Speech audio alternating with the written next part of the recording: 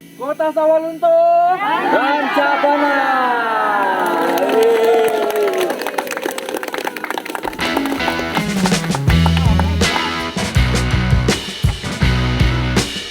Sahabat jelajah budaya, kembali lagi bersama kami di Sawah Lunto. Di video sebelumnya kita sudah menjelajahi Museum Kereta Api dan Museum Tambang Ombilin. Kali ini perjalanan kita berlanjut ke 3 destinasi yang tak kalah menarik: Museum Situs Lubang Tambang Batubara Suro, Museum Ransum, dan Puncak Cemara. Siapkan diri kalian untuk menyelami lebih dalam sejarah kelam sekaligus heroik kota tambang ini. Perhentian pertama kita adalah Museum Situs Lubang Tambang Batubara Suro, atau yang lebih dikenal dengan Lubang Tambang Mbah Suro. Museum ini terdiri dari 2 bagian utama, galeri dan terowongan tambang itu sendiri. Lubang Sugar yang juga dikenal dengan nama Mon Minch Sugar merupakan saluran ventilasi dari lubang tambang Lonto 1. Lubang ini dibuat pada masa Hindia Belanda dengan memanfaatkan tenaga buruh paksa yang pada waktu itu disebut sebagai orang rantai.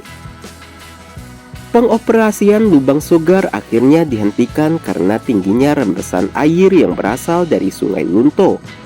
Pemerintah Belanda pun memutuskan untuk tidak menjadikan lubang ini sebagai area tambang produksi, melainkan kawasan tersebut dialihfungsikan menjadi pemukiman bagi para pekerja tambang. Pada tahun 2007, situs bersejarah ini dikonservasi dan revitalisasi, dan pada April 2008 dibuka sebagai objek wisata sejarah dengan nama Museum Situs Lubang Tambang Mbah Suro, yang juga dilengkapi dengan galeri tambang sebagai sarana informasi bagi para pengunjung. Masuk lebih banyak, apalagi kalau hari hujan. Yang kedua karena batu baranya masih muda waktu zaman Belanda.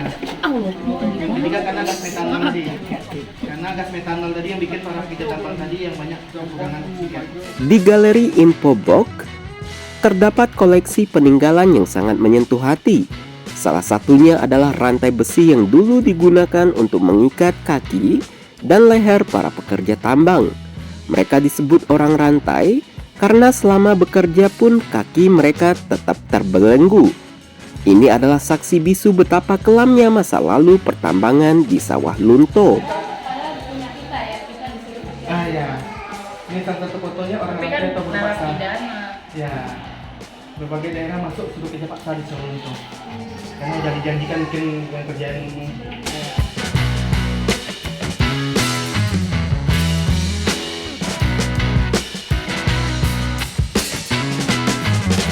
Perjalanan berikutnya menuju Museum Gudang Ransum, bekas dapur umum raksasa yang dibangun pada tahun 1918.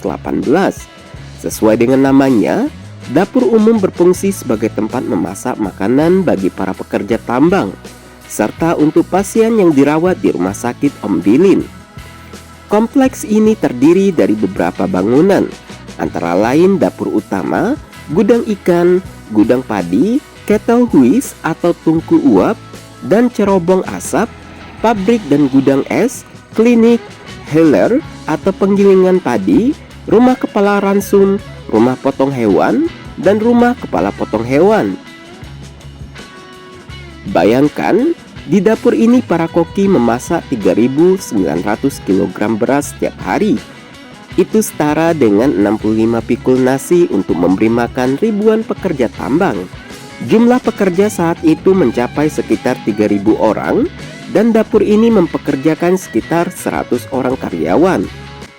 Jadi di sini dulu sebelum jadi museum orang tinggal, masyarakat tinggal di sini. Dalam ruangan. Ya, karena Sawalunto itu mulai sepi dan kriminal banyak lah. Karena tambang mulai redup. Tambang rakyat nggak boleh, pokoknya bekerja sebagai buruh tambang. Yang istimewa, dapur ini menggunakan sistem uap air panas yang direbus dengan boiler. Di atas perbukitan dialirkan uapnya ke dapur, menghidupkan 20 tungku masak, 2 tungku pembakaran buatan zaman tahun 1894 masih bisa kita lihat di sini. Nah, sahabat jelajah budaya, kalau kita mendengar program makan bergizi gratis atau MBG yang sekarang digalakkan oleh pemerintah, Sebenarnya konsep serupa sudah diterapkan di sini, hanya saja dengan tujuan yang berbeda. Inilah yang bisa kita sebut sebagai MBG zaman dulu, versi kolonial Belanda. Setelah kemerdekaan, gedung ini sempat digunakan sebagai kantor perusahaan tambang batu bara Ombilin 1950 hingga 1960, gedung SMP Ombilin 1960 hingga 1970, hingga mes karyawan 1970 hingga 1980, sebelum akhirnya direvitalisasi dan diresmikan sebagai museum pada 17 Desember 2005.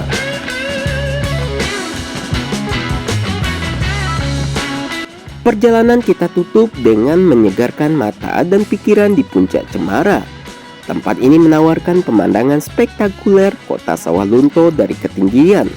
Kawasan ini sudah ditata menjadi taman yang indah dengan pelataran untuk memandang kota Sawalunto. Tangga-tangga untuk duduk bersantai dengan pemandangan indah di sore hari.